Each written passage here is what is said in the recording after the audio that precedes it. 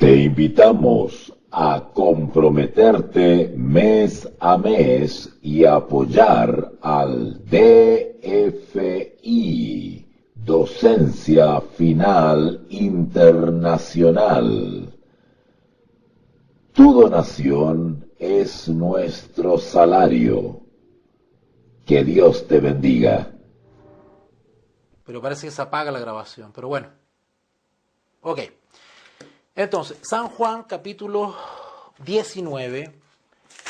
San Juan capítulo 19, versículo 7. San Juan capítulo 19, versículo 7 dice así. Los judíos le respondieron. Juan 19, 7.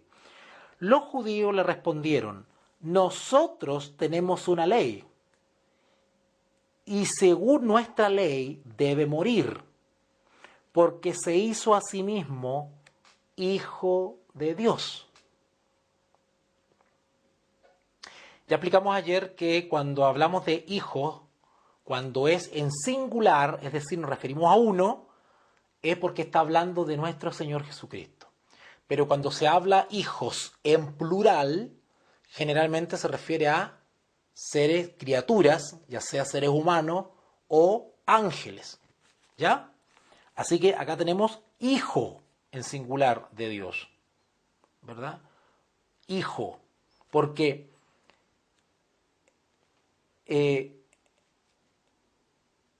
del punto de vista de las cualidades personales de Jesús, es el único hijo.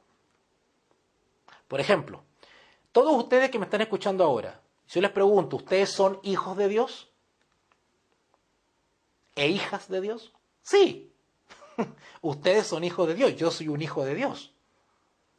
Pero en un sentido distinto de lo que es nuestro Señor Jesús. Y eso vamos a ver ahora.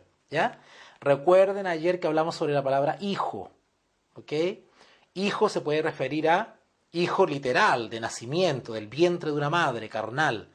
Hijo puede ser, por ejemplo, de manera de manera simbólica, ¿verdad? Los hijos de Israel, ¿no es cierto? Los hijos de los profetas. No que el profeta tenía muchos hijos, no, pero se les dice hijos de los profetas, ¿verdad? O cuando a San Juan, ¿se acuerdan ustedes allá en el Evangelio, en Primera de Juan, dice, en esto se diferencian los hijos de Dios y los hijos del diablo. ¿Ok? Entonces la palabra hijo se ocupa en sentidos distintos. Bueno, ya que estudiamos eso, ahora yo les hablo y les cito este texto y les digo, ¿por qué se hizo a sí mismo hijo de Dios? Bueno, este hijo de Dios tiene un sentido y una cualidad distinta a la nuestra. Hay un matiz distinto, ¿ya? Hay un matiz distinto. Muchos saludos, Lidia, que Dios te bendiga, gracias por conectarte. Así que al considerar ese título de hijo de Dios, que se utiliza con respecto a nuestro Señor Jesucristo, ya lo leímos ya, San Juan 19.7, para aquellos que se vienen conectando recién, San Juan 19.7, debemos darnos cuenta de que la palabra hijo no se emplea de ninguna de la manera que hasta ahora hemos descrito. Está súper explicado eso. Él no es hijo de su padre. Pongan atención ahora, voy a empezar a hilar fino. Él, o sea, Jesús, no es hijo de su padre en el sentido que tuviera un principio. Hermanos, pongan atención a lo que voy a explicar ahora, porque los herejes, y he visto algunos por internet haciendo videos explicando esto, los herejes tienen un problema con esto, porque ellos tienen una confusión respecto al concepto de hijo. Cuando ellos leen en la Biblia hijo de Dios, ellos entienden hijo de manera literal, hijo de vientre. Pero eso hay que explicarlo. Entonces, ¿a qué conclusión llegan a ellos? Que Jesús no existía antes de nacer de María. Tremenda blasfemia, pero hay hermanos que están creyendo eso porque malinterpretan los textos. Por eso es que hay que explicarlo esto. Entonces ellos dicen, Jesús es un ser creado, es una criatura. Así como se creó a los ángeles, se creó a los animales, la creación, Fuimos creados nosotros, o sea, tenemos un punto de partida en el tiempo. Tenemos un punto de partida en la eternidad. No crean que Jesús es eterno por naturaleza, que siempre ha existido. No tuvo un principio ni tuvo un final, que no tiene, es atemporal, que no tiene tiempo, que no tiene altura, anchura, que el amor de Dios se puede medir longitudinalmente. Ellos entienden de maneras limitadas estas expresiones. Entonces, cuando ellos leen eso de que Hijo de Dios, ellos dicen que Jesús tuvo un comienzo en el tiempo, que antes de eso Jesús no existía, que no estaba no es desde la eternidad, que el verbo no es desde el principio. Y hay muchas corrientes heréticas que están creyendo eso, hay muchos movimientos judaizantes que están creyendo eso. Y están regando todo eso por las redes sociales. ¿Okay? Así que Jesús no es hijo de su padre en el sentido que tuviera un principio. Porque Jesús no tuvo un principio. Jesús no tiene principio, ni tiene final. Es eterno. Es el primero y el último, el alfa y el omega. No hay tiempo. O sea, si comenzamos a investigar un registro para atrás, a ver cuándo apareció nuestro Señor Jesús, todo lo vamos a encontrar. Porque Él es Dios. Él es el que es. Él es. ¿Verdad? Me cuesta explicarlo porque estamos hablando de la deidad, algo tremendo. ¿Cómo lo explico yo con vocabulario humano? No puedo. Tampoco constituye la frase que tuviera un principio. Noten un poquito. El hecho que yo diga hijo de Dios no hay que entenderlo en el sentido humano de nacimiento, de que tuvo un comienzo. Por ejemplo, Anita, Anita de Chile, o Anita de México, o Regina, o Lidia, que me está viendo aquí, Gina, Moira. Ustedes tienen clarito cuál fue su comienzo, porque cada uno sabe la fecha en que nació. Por lo tanto, ustedes sí tienen un principio, porque ustedes antes de esa fecha no nacían, o sea, no existían. No existía una Moira. Me imagino que Moira tendrá ¿cuánto? A ver, Moira tendrá unos 27 años. Bueno, todos somos jóvenes acá. Pero a lo que voy es de que ustedes tienen claro la fecha en que nacieron. Antes de esa fecha ustedes no tenían ni proyecto de nacer, ¿vale? Por lo tanto, ustedes tienen un principio, ¿ok? Tienen un principio. Y también saben que viene un final, porque en algún momento ustedes van a morir. ¿Por qué? Porque nuestra naturaleza es mortal. Tenemos un principio y tenemos un final. Pero en el caso de Jesús es inmortal. Por lo tanto, no tiene principio ni tiene fin. Entonces, cuando humanamente el lenguaje bíblico dice hijo de Dios, algunos entienden, si es hijo, es porque tuvo un principio, porque nació, hijo, nació. Porque la palabra hijo automáticamente nos lleva a nacer.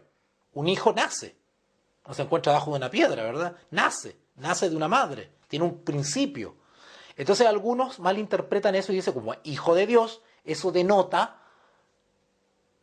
que antes no tenía existencia, sino que llegó al mundo. O sea, Jesús no existía hasta cuando nació de María.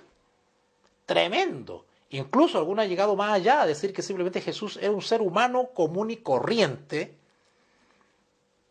que en cierta medida lo era, pero me refiero a que ellos creen que es un ser humano común y corriente en el sentido que tiene solamente naturaleza humana, que no actuaba naturaleza divina, y que llegó a ser divino. Miren todas las salidas que han inventado. Pero aquí hemos aclarado, en estos 15 videos hemos aclarado la verdad, lo que la Escritura habla de nuestro Maestro y de su naturaleza, ¿ya? Así que, tampoco el hecho que se le diga hijo de Dios es un simple título honorífico, tampoco, ¿vale? Porque si dice hijo de Dios, porque tiene un sentido, pero hay que explicarlo bíblicamente, ¿ya? Él se hizo hombre por medios sobrenaturales y no por generación ordinaria. A ver, quiero explicar esto bien. la encarnación de Cristo. Cuando hablamos de que Jesús hizo hombre, estamos hablando de encarnación, solo que no estoy usando la palabra encarnación porque quiero hacerlo más fácil todo, ¿ya? Pero cuando yo digo que Dios se hizo hombre, o Jesús se hizo hombre, ¿qué estoy hablando? Estoy hablando de la encarnación, es decir, que Dios tomó cuerpo y apariencia humana, ¿ok? Ahora, cuando Él lo hizo por un acto sobrenatural. ¿Y qué quiero apuntar con eso? Pongan atención, por favor, porque se me complica la cosa acá. Si me distraigo, me pierdo. Que algunos desconocen su origen o su génesis divina y solamente se quedan con lo humano,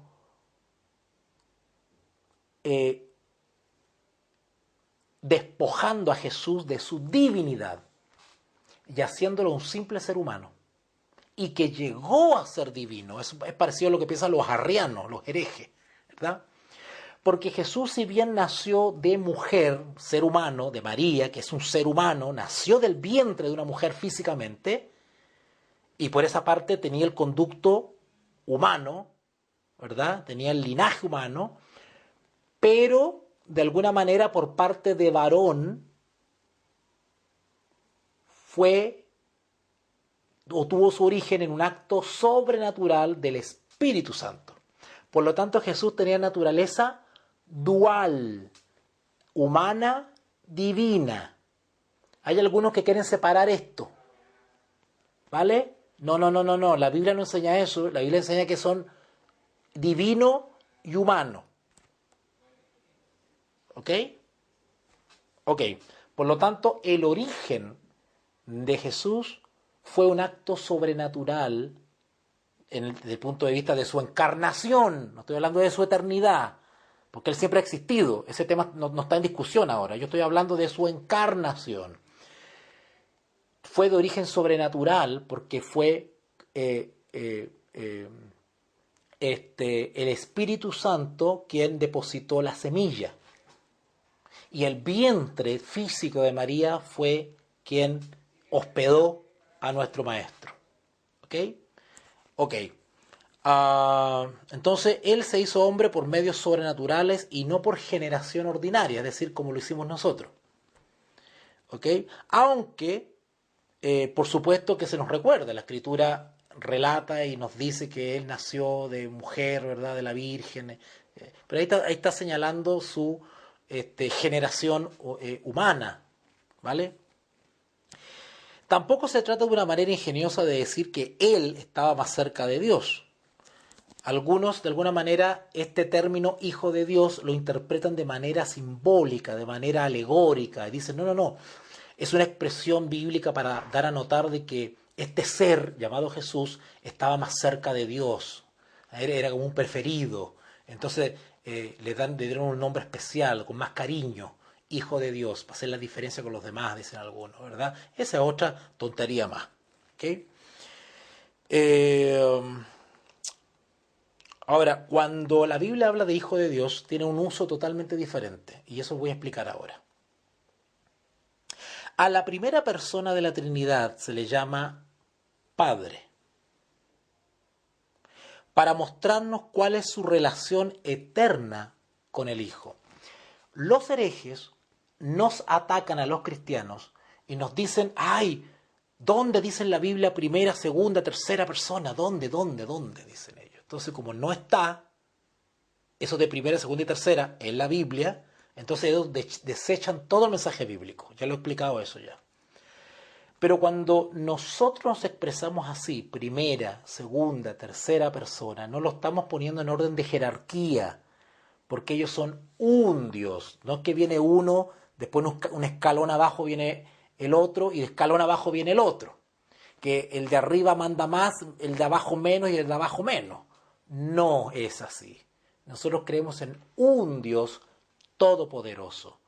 Y tanto el Padre como el Hijo y el Espíritu Santo comparten los mismos atributos de amor, misericordia, paciencia, longanimidad, todopoderoso, todo sabio, todo inteligente, todo lo escudriña, todo lo ve, todo lo sabe, eterno, sin límites, inefable.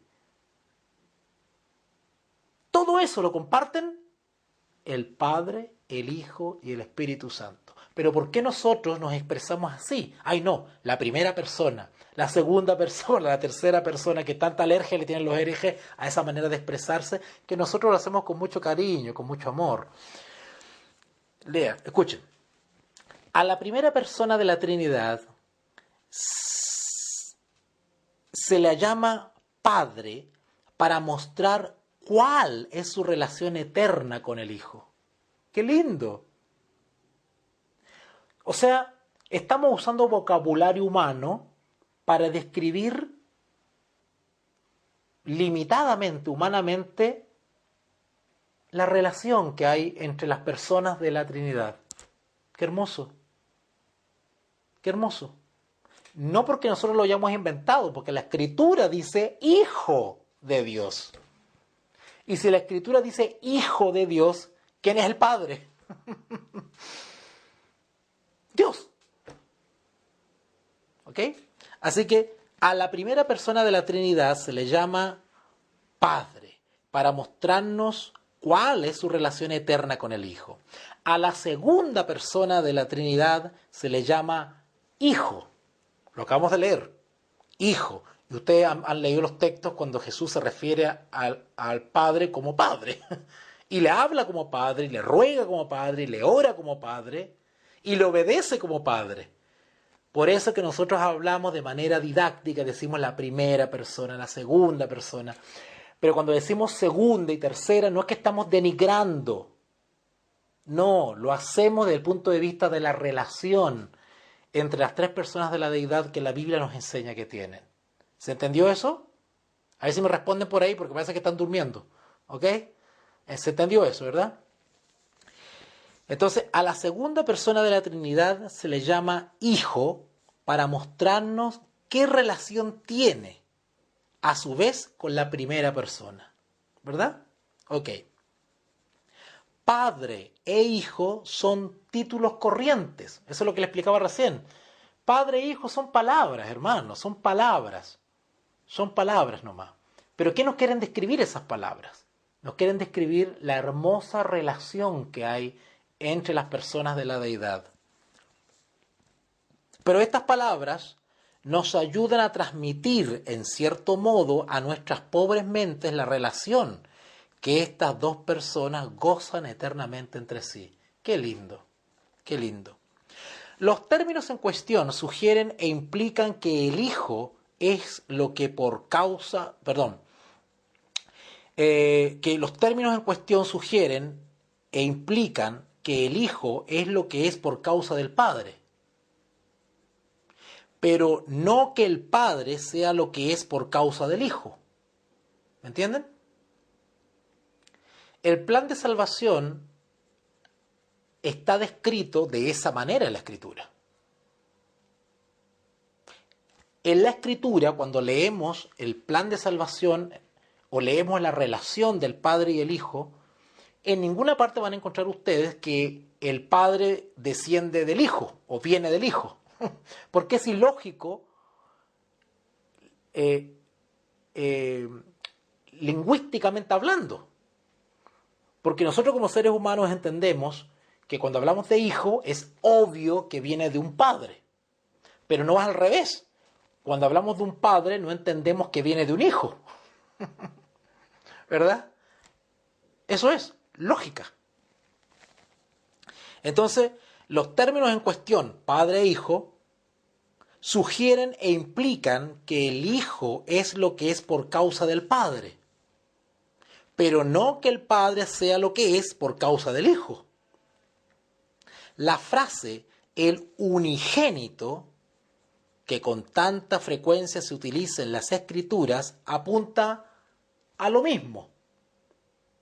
O sea, el vocabulario bíblico nos está enseñando que Dios no tuvo muchos hijos, por decirlo así. Estoy hablando bien humanamente, sino que tuvo ¿cuánto? Un hijo, su hijo, el Hijo de Dios. Por eso se llama unigénito. Uni, ¿Ah? Un unigénito. ¿Ok? Por ejemplo, en Juan capítulo 1, Juan capítulo 1, Juan capítulo 1, versículo 14. Hermano, si estos estudios se diesen en los templos, si estos estudios, a los que se les está pagando para que den estos estudios, lo hiciesen, la historia sería otra. Primera de Juan, capítulo 1, versículo 14.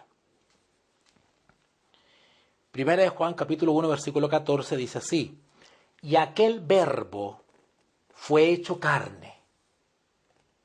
Está hablando de la encarnación, ¿ok? De la encarnación. El verbo es Jesús. Y es desde el principio de la creación. Pero en el misterio de la deidad y el plan hermoso de salvación determinó que en algún momento de la historia de este mundo, este verbo se hiciese carne. Y aquel verbo fue hecho carne y habitó como persona, como ser humano, habitó entre nosotros. Y vimos su gloria, de su testimonio, su vida, sus milagros, su carácter, su trato. Gloria como la del unigénito, único del Padre. Lleno de gracia y de verdad. No andaba mintiendo, andaba hablando la verdad. Por eso que los 144.000, y perdone que me salga del tema, pero yo no me aguanto a veces ya, los 144.000 dice que no fue hallada mentira en su boca. Porque ellos hablan conforme a la palabra. Porque los hijos de Dios, los mensajeros del tiempo del fin, son guiados por el Espíritu Santo, que tanto los herejes atacan, que no existe. El Espíritu Santo. Y el Espíritu Santo nos guía a toda verdad y nos enseñará porque tomará del Padre y del Hijo. Por eso que el remanente final hablará la verdad bíblicamente. Y por eso nuestra responsabilidad de enseñar esto para afirmar a los hermanos la verdad y deshacer y combatir el error. ¿Okay? Así que San Juan 1.14 dice eso. El unigénito Hijo. Juan 1.18. Ahí mismo en el 18. San Juan capítulo 1 versículo 18. A Dios nadie le vio jamás. A Dios Padre nadie le ha visto jamás. Coma, el unigénito Hijo, el único Hijo, el unigénito Hijo que está en el seno del Padre. Noten esa palabra interesante, en el seno del Padre, para que vean ustedes de a dónde viene el Hijo realmente. Si bien tuvo un nacimiento carnal literal en María, Él procede mediante ¿qué palabra humana uso? Mediante un fenómeno espiritual inexplicable, proviene del Padre. Acá dice, el unigénito Hijo que está en el seno del Padre. O sea, Jesús es desde la eternidad con el Padre. Pero en algún momento se hace carne y habita entre nosotros. Y nace de María, mujer. ¿Ok? Ok. Por lo tanto, cuando hablamos de unigénito o hijo de Dios, hay que hacer la distinción. Hijo, humanamente usamos el vocabulario de hijo para dar a entender, ¿verdad? El misterio de su encarnación. Hijo, nació de mujer. Hijo, nació de mujer. ¿Vale?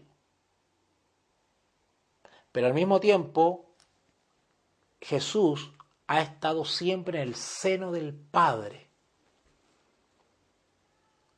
Y no quiere decir que allá en la eternidad nació también. No, no es que nació allá en la eternidad, no. Pero el término padre e hijo, ya lo leímos, describe la hermosa relación entre estas dos personas de la deidad y divinidad. No está diciendo necesariamente que en la eternidad también nació. No, pero sí se acerca humanamente para explicarlo de que también tuvo un nacimiento físico, carnal, en su encarnación. ¿Vale? Ok. Leo de nuevo entonces Juan, capítulo 1, versículo 18. A quien nadie le dio jamás, el unigénito Hijo, que está en el seno del Padre. Él, Jesús, le ha dado a conocer. ¿Se acuerdan cuando Jesús dijo, el Padre y yo uno somos? ¿A qué está haciendo referencia ahí? A ver, a aquellos que han escuchado todos los videos para atrás que he dado. ¿Qué significa eso cuando Jesús dijo, yo y el Padre uno somos? ¿A qué está haciendo referencia? Está haciendo referencia a la unicidad. Jesús está afirmando el principio bíblico o religioso o teológico de que Dios es uno. La unicidad, ahí viene la unicidad. Dios es uno, la unidad. La unidad de las tres personas de esta deidad. Uno.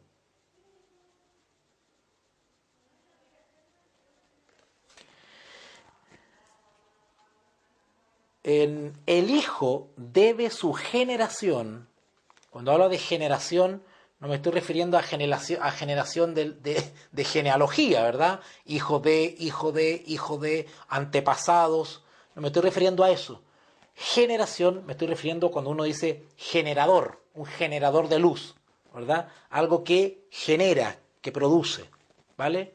Del punto de vista reproductivo, por decirlo así. A eso me refiero con la palabra generación. Entonces, el Hijo debe su generación al Padre, pero no puede decirse lo mismo al revés, ¿verdad? En otras dos ocasiones se utiliza el término primogénito, ahí tenemos otra palabra, ya vimos unigénito, ahora vamos a ver primogénito.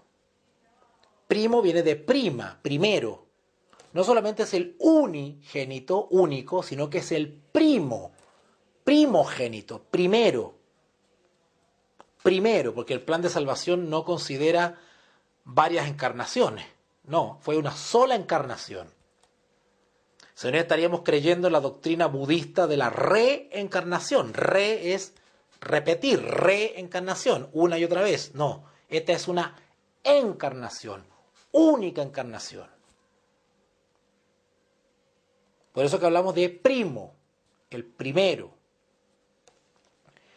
En otras dos ocasiones se utiliza el término primogénito, un término que simplemente subraya que Él, o sea Jesús, era antes de toda la creación.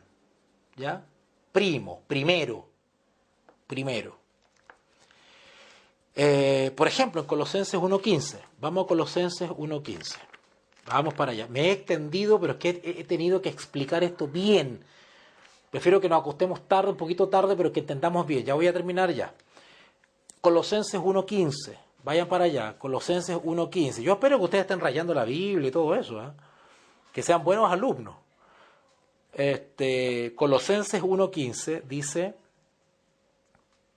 Él, hablando de Jesús, Él es la imagen de Dios, invisible. Bueno, un poco está repitiendo la noción que habíamos leído en San Juan 3.18. Él es la imagen del Dios invisible, ¿vale? La imagen en sentido literal. Él era la representación real, física, de Dios Padre, ¿vale? Él era el cuerpo físico, por decirlo así. Él es la imagen del Dios invisible, el primogénito de toda la creación. El primogénito de toda la creación. Algunos se enredan con esta expresión y dicen, ve, Jesús también fue creado, porque dice que fue el primero que fue creado. Noten cómo malinterpretan las palabras. Por eso, escúcheme bien lo que estoy diciendo, lo que están en YouTube, lo que están en Facebook. Cuidado con los perturbados espirituales, anticristos, ex hermanos cristianos que nos confunden porque su torpeza mental no les permite entender las expresiones bíblicas. ¿Han escuchado ustedes cuando le dicen, no, el Espíritu Santo es Cristo mismo? Porque ahí dice la Biblia, Espíritu de Cristo. Y como dice Espíritu de Cristo, es Cristo mismo. ¿No han escuchado ustedes esa cosa? Bueno, eso lo único que demuestra es que el que está hablando eso no entiende la Escritura. No la entiende. Hay que explicar y entender bien y comprender bien las expresiones bíblicas. Note lo que dice el versículo 15. Colosenses 1:15, porque este texto también lo malinterpretan. Él es la imagen del Dios invisible, el primogénito. Ya expliqué lo que es primogénito. De toda la creación. Nota el texto dice que Jesús es el primogénito de toda la creación. Algunos interpretan este texto diciendo, Jesús fue el primero en ser creado, antes que toda criatura, antes que los animales, que las hierbas, que los árboles y todas las cosas.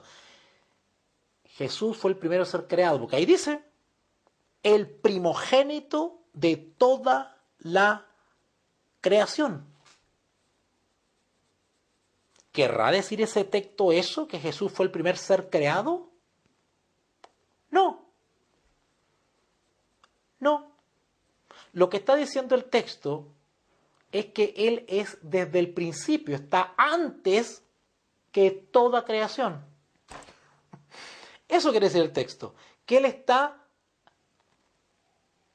una incontable o eterna existencia antes de cualquier cosa creada. Él está antes. Él es el supremo antes que cualquier cosa haya sido creada. ¿Ok? A ver si me acompañan a Salmo 89, 27. Quizás me equivoque, pero vamos para allá, porque tengo una duda respecto a ese texto. Quizás nos puedes apoyar lo que estamos diciendo ahora. Salmos 89, 27. Salmo 89, yo voy a terminar con la boca seca aquí. Salmo 89, 27. 27. Yo también le pondré por primogénito el más excelso de los reyes de la tierra. Gloria a Dios. Está hablando de Jesús. Para aquellos que quieren una explicación de los textos, yo les recomiendo que instalen en su teléfono, se consigan los comentarios bíblicos. O adquieran una Biblia que anda por ahí, que se llama la Biblia de Andrew. Muy buena. Y comenta los textos bíblicos de una pequeña explicacióncita abajo y los va a ayudar mucho a estudiar. Ese texto que acabamos de leer confirma lo que acabamos de explicar. Que cuando Colosenses 1:15, Colosenses 1:15 no está diciendo que Jesús fue el primer ser creado. Está diciendo que Él está antes, es anterior, tiene existencia anterior a cualquier cosa creada. Eso es lo que está diciendo el texto. Y lo confirma el libro de Salmos, acá que leímos recién, 89, 27. Yo también le pondré por primogénito, el más excelso de los reyes de la tierra. ¿Cómo está? Eres el primero. El primero. O sea, si hay un rey, porque dice el primogénito de los reyes de la tierra. O sea, si hay reyes en la tierra, hay uno que está desde mucho antes. Mucho antes. ¿Ok? Ok. Si vamos a Hebreos 1.6, Hebreos 1.6, tengo problema con la transmisión, así que tengan paciencia, ya vamos a terminar. Hebreos 1.6, Hebreos capítulo 1, versículo 6, dice así. Y otra vez, cuando introduce al primogénito en el mundo, dice: adórenle todos los ángeles de Dios. Otra vez reconociendo a Jesús como el primogénito. ¿Ok? Ahora, la relación entre el Padre y el Hijo es evidentemente singular. No es como la relación que yo puedo tener con mi papá o ustedes con su papá. No es la misma. La relación de Jesús con su Padre es bien peculiar. No obstante, la Escritura está dispuesta a ayudar a nuestras mentes mortales a comprender, hablándonos de la misma en términos de generación y de nacimiento. ¿Ok? Generación. Entonces, cuando nosotros hablamos de la generación, la eterna generación de el Hijo, lo que estamos hablando simplemente es de que Jesús ha estado por siempre en el seno del Padre. No tiene un principio, no tiene un fin, no tiene fecha de nacimiento. La existencia de Jesús como persona no se remite al nacimiento con María, sino que Jesús es el Hijo de Dios desde la eternidad sin fin. ¿Ok? Ok. Se dice también que el Hijo es la imagen misma de Dios el Padre y el resplandor de su gloria. Creo que eso lo leímos también, ¿verdad? Si ustedes van a Hebreos 1.3, Hebreos 1.3 dice así. Hebreos 1.3 dice: el cual, siendo el resplandor de su gloria y la imagen misma de su substancia. ¡Wow! Esto de substancia, no sé si alguno de ustedes lo ha estudiado algún día, viene del latín substantia. Substantia. Saludos Juan Pablo, Juan Diego, que Dios te bendiga. El cual, siendo el resplandor de su gloria y la imagen misma de su substancia, eso tiene que ver con el ser. El ser, bueno, yo no me voy a poner filosófico ahora porque quizás alguno se pueda asustar, pero cuando hablo del ser, estoy hablando del punto de vista ontológico. Todo el ser, espíritu, alma, cuerpo, pensamiento, célula, todo, hasta el pelo, todo. Esa es la substancia, es uno con el Padre, son iguales en naturaleza, idénticos en naturaleza, en propósito, en amor, en misericordia.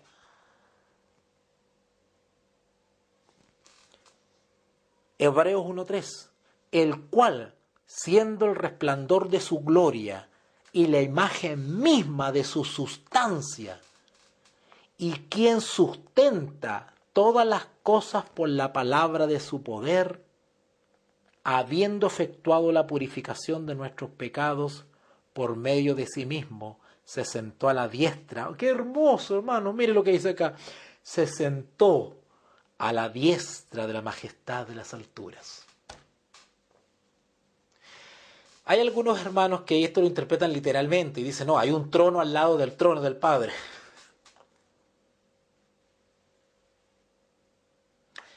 Hay algunos que interpretan esto y dicen: no, porque miren la manera absurda de atacar la Trinidad. Si yo a veces me río cuando escucho a estos hermanos.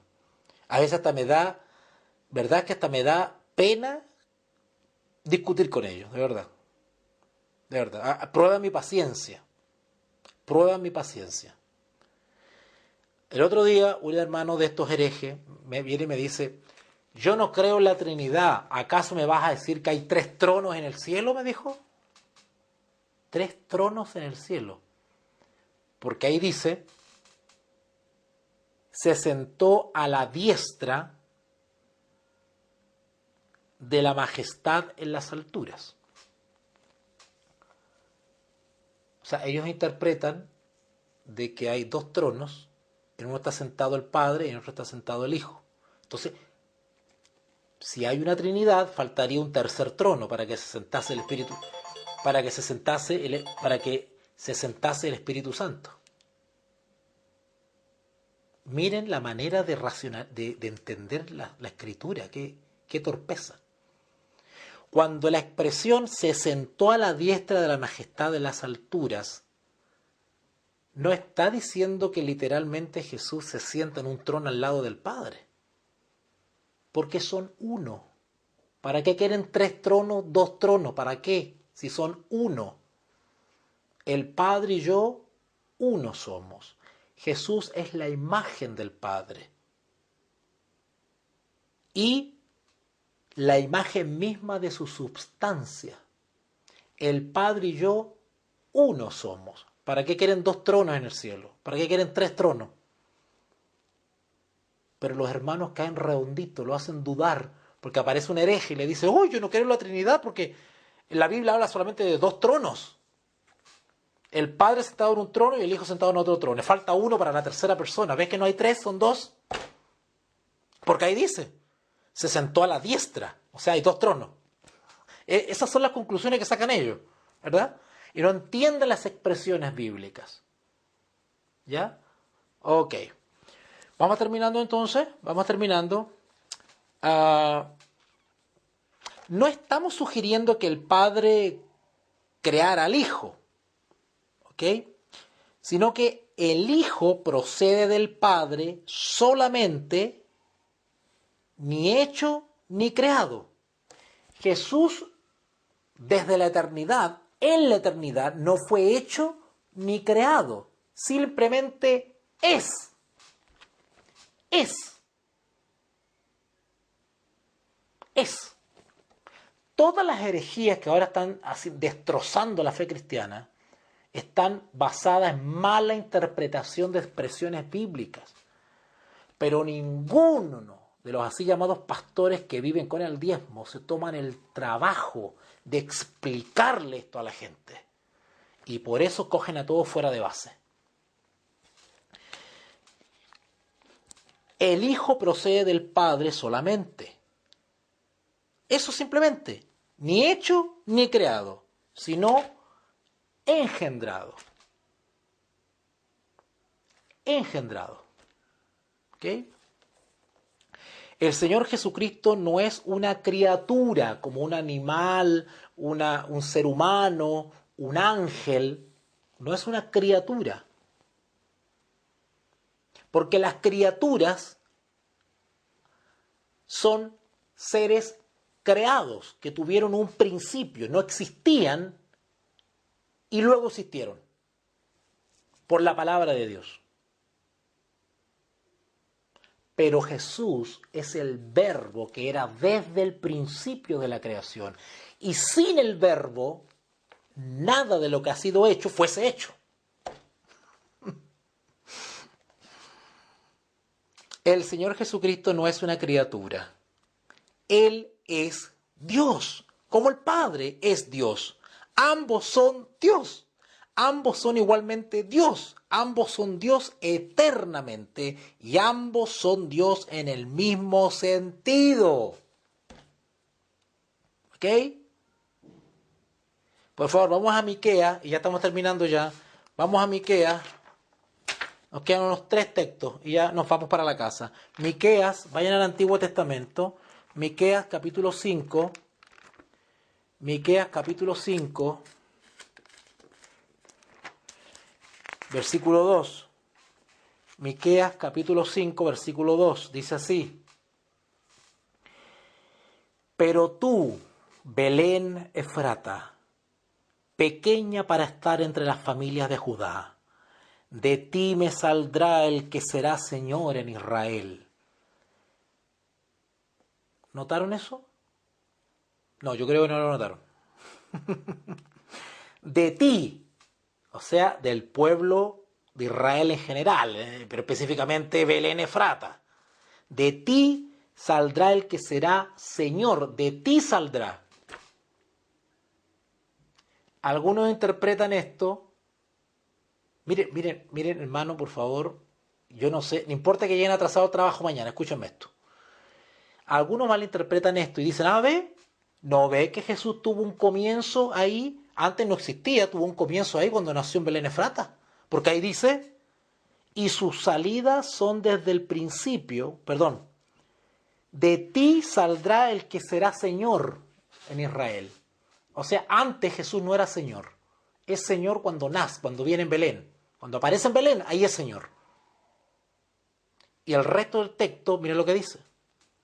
Y sus salidas son desde el principio. Notan que acá dice el texto, de ti me saldrá. O sea, Belén, terrenal, temporal, tierra, planeta Tierra. De ti me saldrá, de Belén. Pero el mismo texto aclara que a pesar de que saldrá o aparecerá en Belén, terrenal, aguántate un poquito, viene de más atrás. Y sus salidas son desde el principio. ¿A qué se refiere eso de principio? Principio de la creación. Desde los días de la eternidad. ¡Qué hermoso! Mateo capítulo 2, versículo 6. Mateo 2, 6. Saludos Juan Diego. Me imagino que estás con Joanita y con mi buen amigo Santiago. Saludos Anita Manríquez. Que Dios te bendiga, Anita Manríquez. Y a ti, Juan Diego, y a toda tu familia. Vamos terminando. Mateo capítulo 2, versículo 6. Mateo 2, 6. Y tú, Belén de la tierra de Judá, no eres la más pequeña entre los príncipes de Judá, porque de ti saldrá un guiador que apacentará a mi pueblo Israel. Notaron que la misma escritura, tanto en Miqueas como en Mateo, hacen referencia al mismo evento, que de Judá saldrá un guiador. Sin embargo, el texto de Mateo hace referencia a su aparición terrenal, pero Miqueas aclara también que hará una aparición terrenal, pero es desde el principio, no se olviden, porque el que van a hacer es Dios. Juan 7:42. Juan 7:42. Yo imagino que Juan Diego está con su tremenda Excalibur Thompson, ¿verdad? Y que la ha cuidado y que la está estudiando y leyendo todos los días. Juan capítulo 7, versículo 42. Juan 7:42. Dice así. ¿No dice la escritura que del linaje de David y de la aldea de Belén, de donde era David, ha de venir el Cristo? ¿El Cristo? ¿Qué significa Cristo? ¿Qué significa Cristo? Del latín Christus. Del hebreo Mashiach. Y del griego Christos. ¿Qué significa Cristo? El ungido, el Mesías. ¿No dice la escritura que del linaje de David, por parte humana, y de la aldea de Belén, Belén Efrata, de donde era David, ha de venir el Cristo, el Hijo de Dios, el Hijo del Dios viviente? ¿En qué sentido Hijo de Dios? No solamente humano, no solamente hijo del punto de vista humano, sino que dice de Dios. Y eso automáticamente nos lleva a la eternidad. ¿Notaron? Hijo puede ser cualquier cosa, pero cuando dice Hijo de Dios cambia la cosa, porque solamente nos habla de su naturaleza humana, hijo, y naturaleza divina, de Dios, terrenal y eterno. Naturaleza dual. Dios el Padre no hace que Dios el Hijo sea Dios, porque Él es Dios por derecho propio. Sin embargo, sin Dios el Padre no habría ninguna persona en la divinidad que fuera Dios el Hijo. El Hijo es lo que es por causa del Padre. Dentro de la divinidad ocurre algo similar al pensar y al hablar. El Hijo es la expresión del Padre. Es por dicha razón que es llamado el Verbo, que está con Dios y es Dios desde el principio. Esto es lo que el Hijo de Dios es, Dios. No podría ser esto sin Dios el Padre. El Padre no podría encontrar expresión sin el Hijo. Esta es la relación que la primera y la segunda persona de la Trinidad tienen entre sí. Así que, en conclusión y para ir terminando, podemos extraer una definición. Es un poquito técnica, pero yo lo voy a explicar. Y con esto terminamos, ¿ya? Pongan atención. Podemos dar la siguiente definición, escuchen. De la generación de Jesús. Generación de Jesús. La generación de Jesús, ¿verdad? La generación de Jesús es aquel acto necesario y eterno de la primera persona de la Trinidad, por medio del cual dentro del ser divino está la base para una segunda substancia personal, semejante a la misma del Padre, y pone a esta segunda persona en posesión de la completa esencia divina, sin ninguna división, enajenación o cambio. ¿Ok?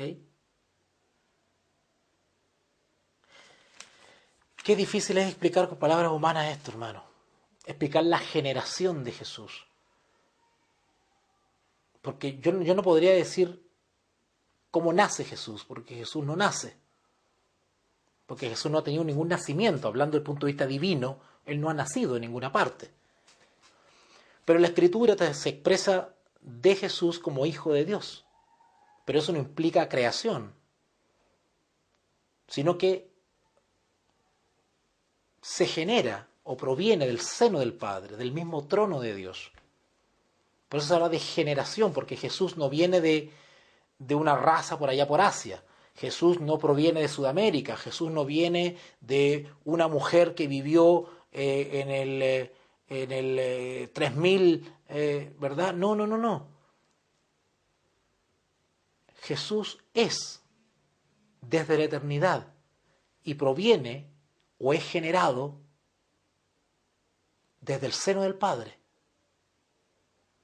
desde el trono mismo, desde la eternidad misma. Esta persona que llamamos hijo o segunda persona de la Trinidad tiene su generación o su existencia en el seno del Padre. ¿Se dan cuenta que no hay palabras para definir este misterio? Y sin embargo son uno solo. No pretendo tener toda la sabiduría del mundo, pero lo que tengo lo defiendo y lo comparto. Te invitamos a comprometerte mes a mes y apoyar al DFI, Docencia Final Internacional. Tu donación es nuestro salario. Que Dios te bendiga.